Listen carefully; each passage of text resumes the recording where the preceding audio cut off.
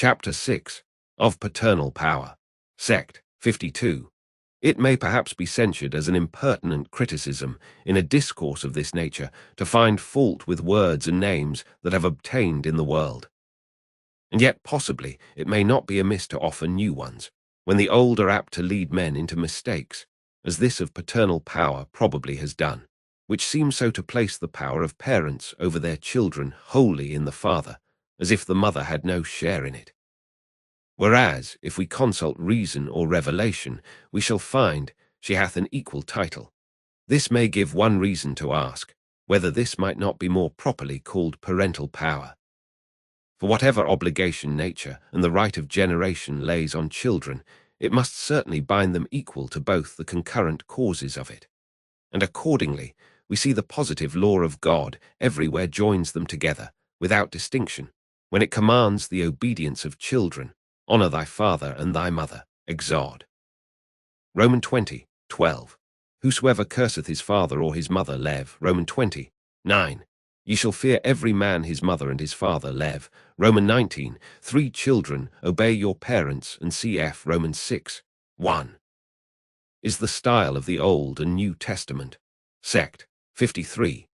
Had but this one thing been well considered, without looking any deeper into the matter, it might perhaps have kept men from running into those gross mistakes they have made about this power of parents, which, however it might, without any great harshness, bear the name of absolute dominion and regal authority, when under the title of paternal power it seemed appropriated to the father, would yet have founded but oddly, and in the very name shewn the absurdity, if this supposed absolute power over children had been called parental, and thereby have discovered that it belonged to the mother too, for it will but very ill serve the turn of those men who contend so much for the absolute power and authority of the fatherhood, as they call it, that the mother should have any share in it. And it would have but ill supported the monarchy they contend for, when by the very name it appeared that that fundamental authority, from whence they would derive their government of a single person only, was not placed in one, but 2 persons jointly. But to let this of names pass. Sect 54. Though I have said above, chap, that all men by nature are equal, I cannot be supposed to understand all sorts of equality. Age or virtue may give men a just precedency. Excellency of parts and merit may place others above the common level. Birth may subject some, and alliance or benefits others, to pay an observance to those to whom nature, gratitude, or other respects may have made it due. And yet all this consists with the equality, which all men are in respect of jurisdiction or dominion one over another, which was the equality I there spoke of, as proper to the business in hand, being that equal right that every man hath to his natural freedom, without being subjected to the will or authority of any other man. Sect 55. Children, I confess, are not born in this full state of equality, though they are born to it. Their parents have a sort of rule and jurisdiction over them when they come into the world, and for some time after. But it is but a temporary one. The bonds of this subjection are like the swaddling clothes they are wrapped up in, and supported by, in the weakness of their infancy. Age and reason as they grow up loosen them, till at length they drop quite off, and leave a man at his own free disposal. Sect 56. Adam was created a perfect man, his body and mind in full possession of their strength and reason, and so was capable, from the first instant of his being, to provide for his own support and preservation, and govern his actions according to the dictates of the law of reason which God had implanted in him. From him the world is peopled with his descendants, who are all born infants, weak and helpless, without knowledge or understanding. But to supply the defects of this imperfect state, till the improvement of growth and age hath removed them, Adam and Eve, and after them all parents were, by the law of nature, under an obligation to preserve, nourish, and educate the children they had begotten, not as their own workmanship, but the workmanship of their own Maker, the Almighty, to whom they were to be accountable for them. Sect 57. The law that was to govern Adam was the same that was to govern all his posterity, the law of reason. But his offspring having another way of entrance into the world, different from him by a natural birth that produced them ignorant and without the use of reason, they were not presently under that law. For no body can be under a law which is not promulgated to him, and this law being promulgated or made known by reason only, he that is not come to the use of his reason cannot be said to be under this law. And Adam's children, being not presently as soon as born under this law of reason, were not presently free. For law, in its true notion, is not so much the limitation as the direction of a free and intelligent agent to his proper interest, and prescribes no farther than is for the general good of those under that law. Could they be happier without it, the law, as an useless thing, would of itself vanish, and that ill deserves the name of confinement which hedges us in only from bogs and precipices. So that, however it may be mistaken, the end of law is not to abolish or restrain, but to preserve and enlarge freedom. For in all the states of created beings capable of laws, where there is no law, there is no freedom. For liberty is, to be free from restraint and violence from others, which cannot be where there is no law. But freedom is not, as we are told, a liberty for every man to do what he lists. For who could be free when every other man's humour might domineer over him?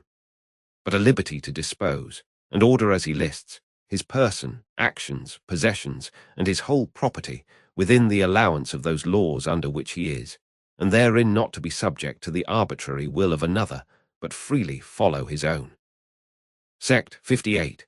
The power, then, that parents have over their children arises from that duty which is incumbent on them to take care of their offspring during the imperfect state of childhood, to inform the mind and govern the actions of their yet ignorant nonage, till reason shall take its place and ease them of that trouble, is what the children want, and the parents are bound to.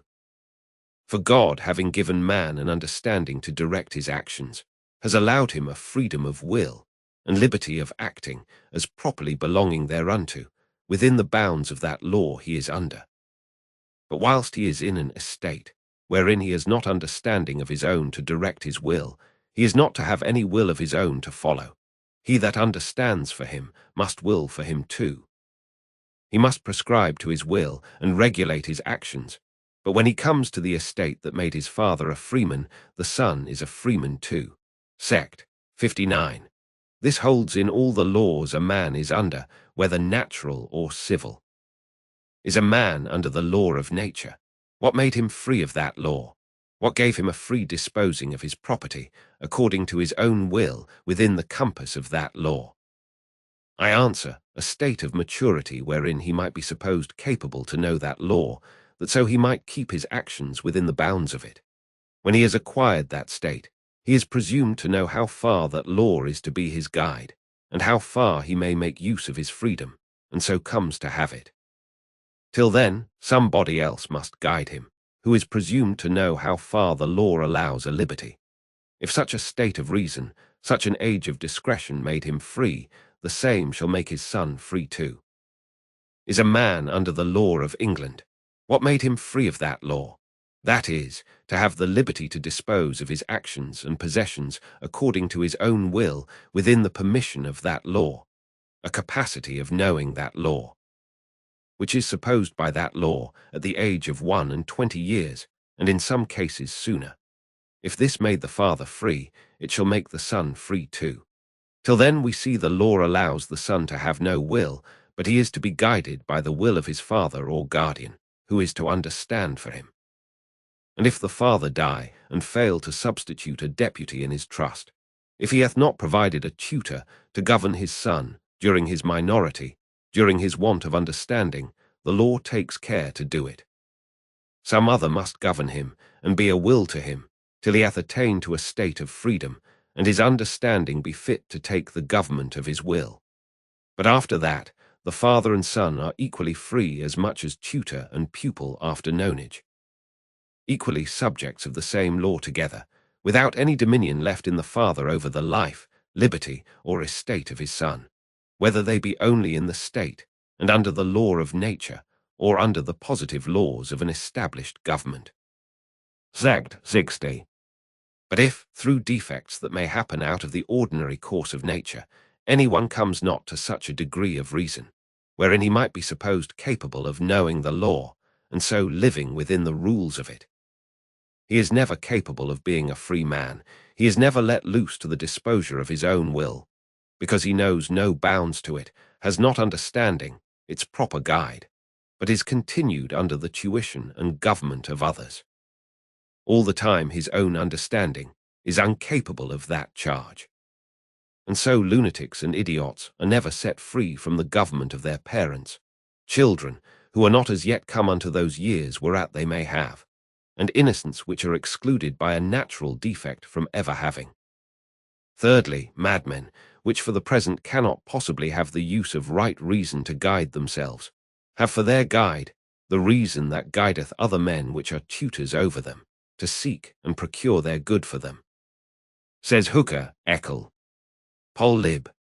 I sec. 7, all which seems no more than that duty, which God and nature has laid on man, as well as other creatures, to preserve their offspring, till they can be able to shift for themselves, and will scarce amount to an instance or proof of parents' regal authority. Sect. 61. Thus we are born free as we are born rational, not that we have actually the exercise of either. Age that brings one, brings with it the other too. And thus we see how natural freedom and subjection to parents may consist together, and are both founded on the same principle. A child is free by his father's title, by his father's understanding, which is to govern him till he hath it of his own. The freedom of a man at years of discretion, and the subjection of a child to his parents, whilst yet short of that age, are so consistent and so distinguishable that the most blinded contenders for monarchy by right of fatherhood cannot miss this difference. The most obstinate cannot but allow their consistency, for were their doctrine all true, were the right heir of Adam now known, and by that title settled a monarch in his throne, invested with all the absolute unlimited power Sir Robert Filmer talks of. If he should die as soon as his heir were born, must not the child, notwithstanding he were never so free, never so much sovereign, be in subjection to his mother and nurse, to tutors and governors, till age and education brought him reason and ability to govern himself and others? The necessities of his life, the health of his body, and the information of his mind would require him to be directed by the will of others, and not his own. And yet will any one think that this restraint and subjection were inconsistent with, or spoiled him of that liberty or sovereignty he had a right to, or gave away his empire to those who had the government of his nonage? This government over him only prepared him the better and sooner for it. If any body should ask me, when my son is of age to be free, I shall answer, just when his monarch is of age to govern. But at what time, says the judicious Hooker, Eckel, Pol. Li. Sect. 6, a man may be said to have attained so far forth the use of reason, as sufficeth to make him capable of those laws, whereby he is then bound to guide his actions. This is a great deal more easy for sense to discern than for any one by skill and learning to determine. Sect. 62. Commonwealths themselves take notice of, and allow that there is a time when men are to begin to act like free men, and therefore till that time require not oaths of fealty, or allegiance, or other public owning of, or submission to the government of their countries. Sect. 63. The freedom then of man, and liberty of acting according to his own will, is grounded on his having reason, which is able to instruct him in that law he is to govern himself by, and make him know how far he is left to the freedom of his own will. To turn him loose to an unrestrained liberty, before he has reason to guide him, is not the allowing him the privilege of his nature to be free, but to thrust him out amongst brutes, and abandon him to a state as wretched, and as much beneath that of a man as theirs. This is that which puts the authority into the parents' hands to govern the minority of their children. God hath made it their business to employ this care on their offspring, and hath placed in them suitable inclinations of tenderness and concern to temper this power, to apply it, as his wisdom designed it, to the children's good, as long as they should need to be under it. Sect. 64. But what reason can hence advance this care of the parents, due to their offspring, into an absolute arbitrary dominion of the father, whose power reaches no farther than by such a discipline as he finds most effectual, to give such strength and health to their bodies, such vigor and rectitude to their minds, as may best fit his children to be most useful to themselves and others. And if it be necessary to his condition, to make them work when they are able for their own subsistence. But in this power the mother too has her share with the father. Sect. 65. Nay, this power so little belongs to the father by any peculiar right of nature, but only as he is guardian of his children, that when he quits his care of them, he loses his power over them, which goes along with their nourishment and education, to which it is inseparably annexed.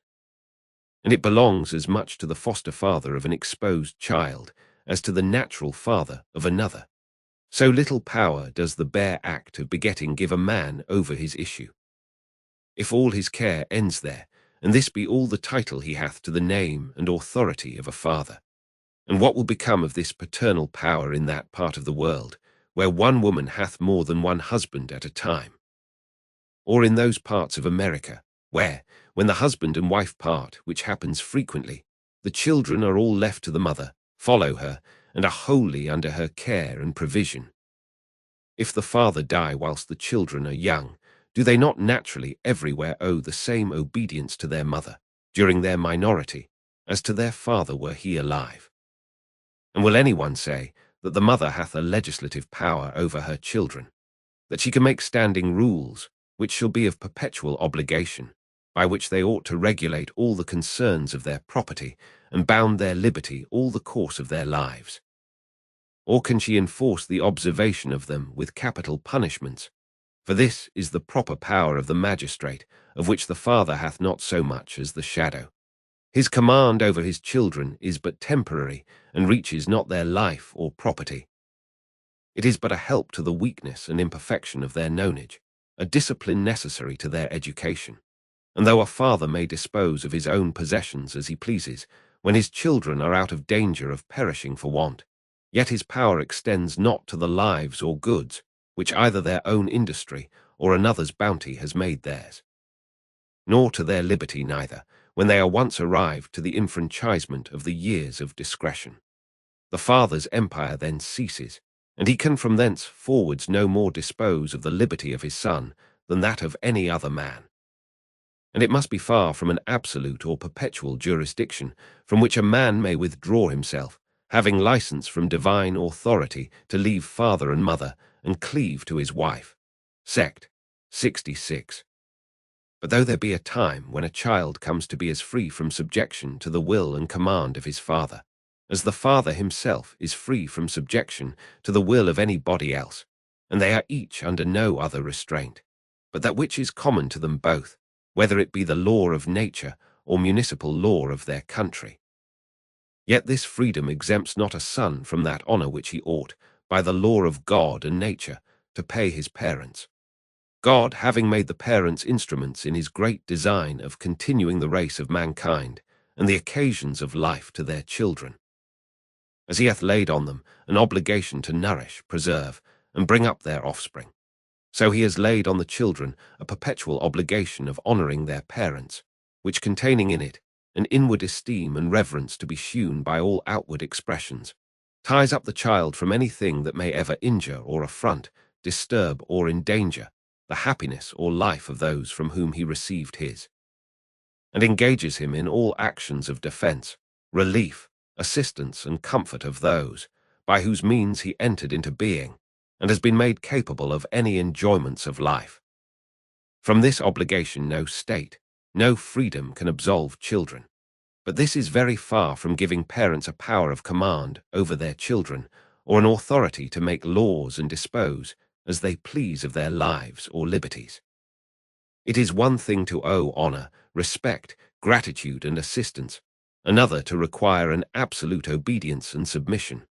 The honor due to parents, a monarch in his throne owes his mother. And yet this lessens not his authority, nor subjects him to her government. Sect. 67. The subjection of a minor places in the father a temporary government, which terminates with the minority of the child. And the honor due from a child places in the parents a perpetual right to respect, reverence, support, and compliance too, more or less as the father's care, cost, and kindness in his education has been more or less. This ends not with minority, but holds in all parts and conditions of a man's life. The want of distinguishing these two powers, viz., that which the father hath in the right of tuition during minority, and the right of honour all his life, may perhaps have caused a great part of the mistakes about this matter. For to speak properly of them, the first of these is rather the privilege of children, and duty of parents, than any prerogative of paternal power.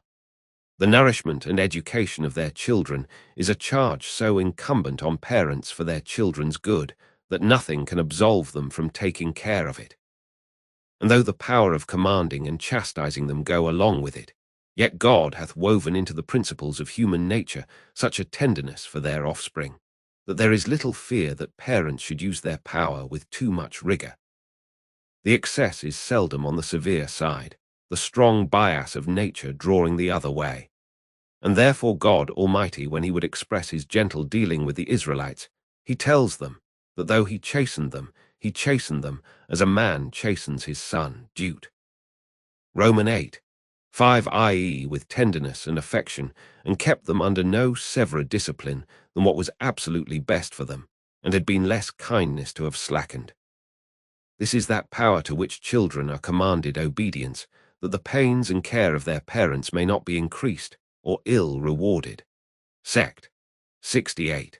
On the other side, honour and support, all that which gratitude requires to return for the benefits received by and from them, is the indispensable duty of the child, and the proper privilege of the parents.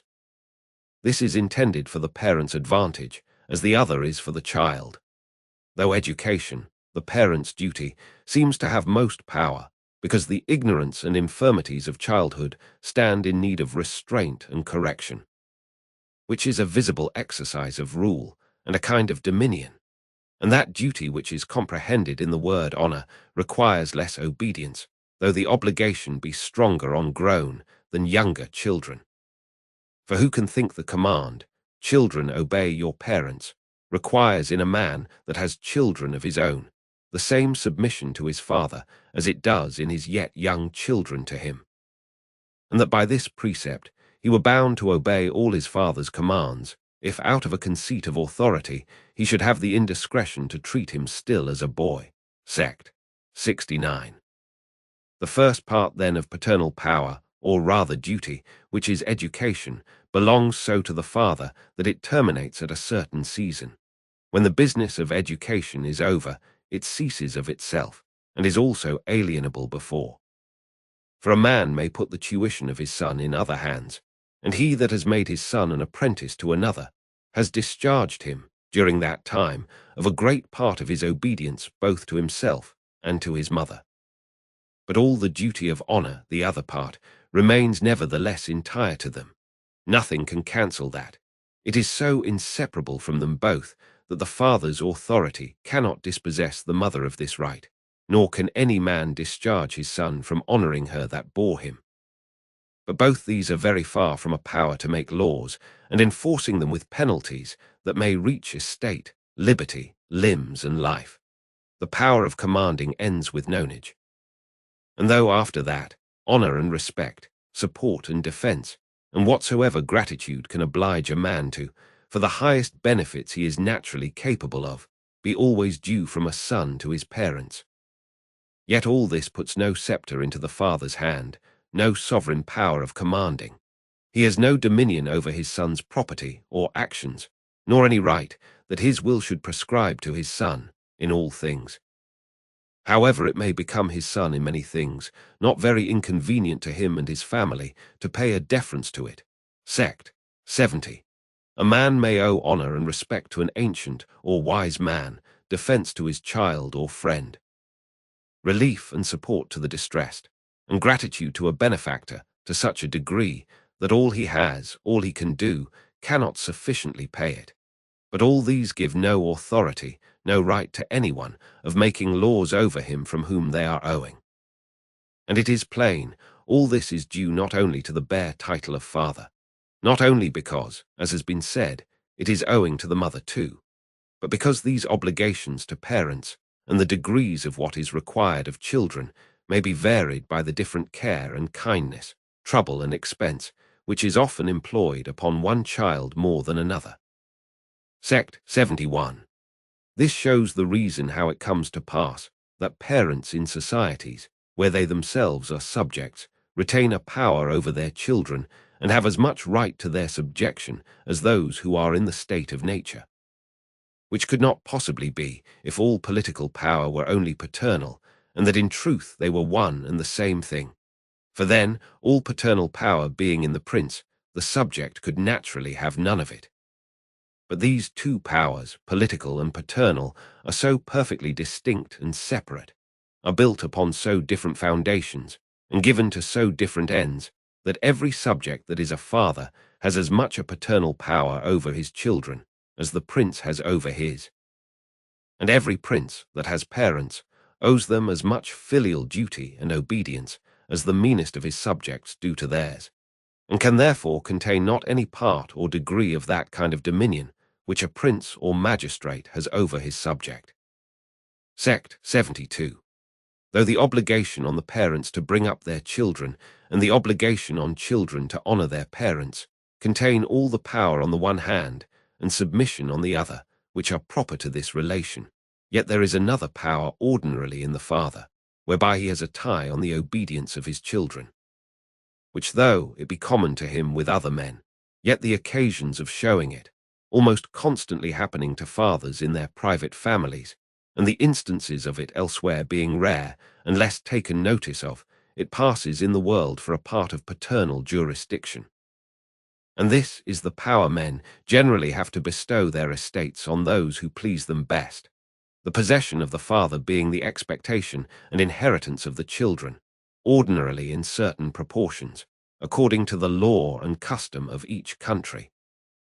Yet it is commonly in the father's power to bestow it with a more sparing or liberal hand, according as the behavior of this or that child hath comported with his will and humour. Sect 73. This is no small tie on the obedience of children, and their being always annexed to the enjoyment of land, a submission to the government of the country, of which that land is a part. It has been commonly supposed that a father could oblige his posterity to that government, of which he himself was a subject, and that his compact held them, whereas, it being only a necessary condition annexed to the land, and the inheritance of an estate which is under that government, reaches only those who will take it on that condition, and so is no natural tie or engagement, but a voluntary submission. For every man's children being by nature as free as himself, or any of his ancestors ever were, may, whilst they are in that freedom, choose what society they will join themselves to, what commonwealth they will put themselves under.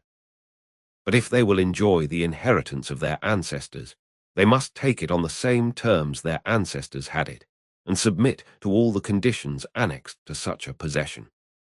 By this power indeed fathers oblige their children to obedience to themselves, even when they are past minority, and most commonly to subject them to this or that political power.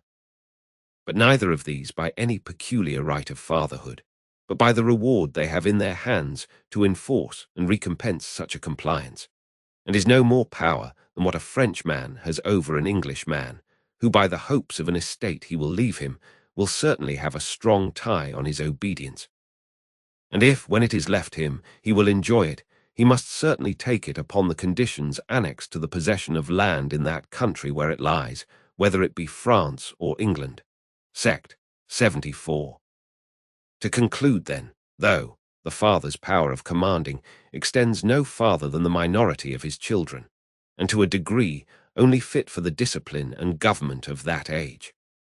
And though that honour and respect, and all that which the Latins called piety, which they indispensably owe to their parents all their lifetime, and in all estates, with all that support and defence is due to them, gives the father no power of governing, i.e., making laws and enacting penalties on his children, though by all this he has no dominion over the property or actions of his son.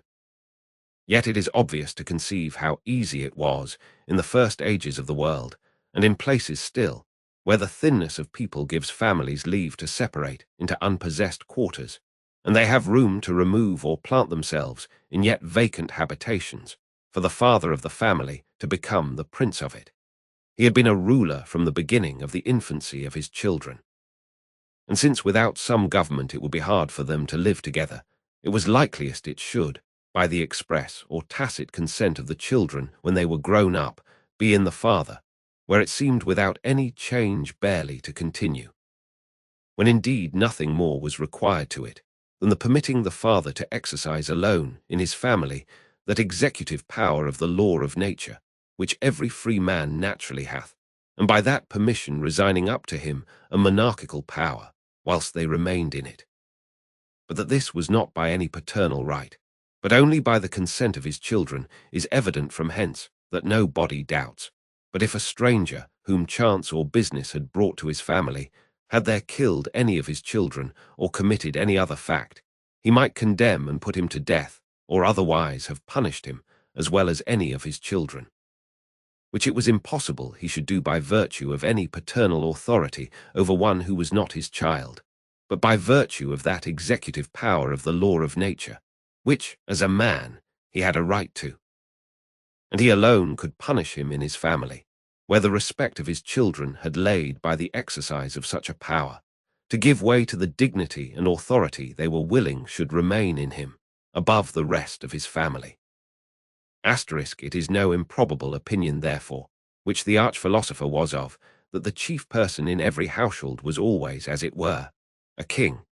So when numbers of households joined themselves in civil societies together, kings were the first kind of governors amongst them, which is also, as it seemeth, the reason why the name of fathers continued still in them, who, of fathers, were made rulers. As also the ancient custom of governors to do as Melchizedek, and being kings, to exercise the office of priests, which fathers did at the first, grew perhaps by the same occasion. Howbeit, this is not the only kind of regiment that has been received in the world. The inconveniences of one kind have caused sundry others to be devised, so that, in a word, all public regiment, of what kind soever, seemeth evidently to have risen from the deliberate advice, consultation, and composition between men, judging it convenient and behoveful. There being no impossibility in nature considered by itself, but that man might have lived without any public regiment, Hooker's Ekel, Pol. Lib. I. Sect. 10. Sect. 75. Thus it was easy, and almost natural for children, by a tacit and scarce avoidable consent, to make way for the father's authority and government. They had been accustomed in their childhood to follow his direction, and to refer their little differences to him, and when they were men, who fitter to rule them. Their little properties and less covetousness seldom afforded greater controversies, and when any should arise, where could they have a fitter umpire than he, by whose care they had every one been sustained and brought up, and who had a tenderness for them all? It is no wonder that they made no distinction betwixt minority and full age, nor looked after 21, or any other age that might make them the free disposers of themselves and fortunes, when they could have no desire to be out of their pupilage. The government they had been under during it continued still to be more their protection than restraint, and they could nowhere find a greater security to their peace, liberties, and fortunes than in the rule of a father. Sect. 76.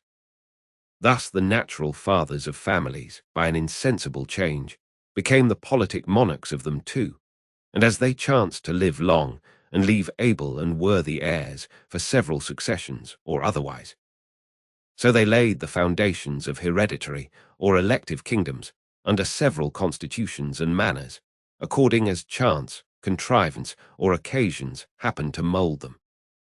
But if princes have their titles in their father's right, and it be a sufficient proof of the natural right of fathers to political authority, because they commonly were those in whose hands we find, de facto, the exercise of government. I say, if this argument be good, it will as strongly prove that all princes, nay princes only, ought to be priests, since it is as certain that in the beginning the father of the family was priest, as that he was ruler in his own household.